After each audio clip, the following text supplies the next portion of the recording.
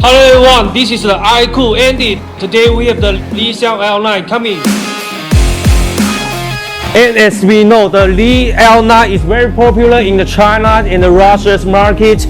And this car is the electric car, and the weight have the 2.5 tons. And you can see it here, the original brake is very soft and smooth. So today we'll be installed our ICOOH IC6 model to this car. And this is our ICOOH IC6 model. This is our company developed for the Li car. You can see here, the brake kit and the caliper is connected together, so you don't need to add extra brake kit to this car.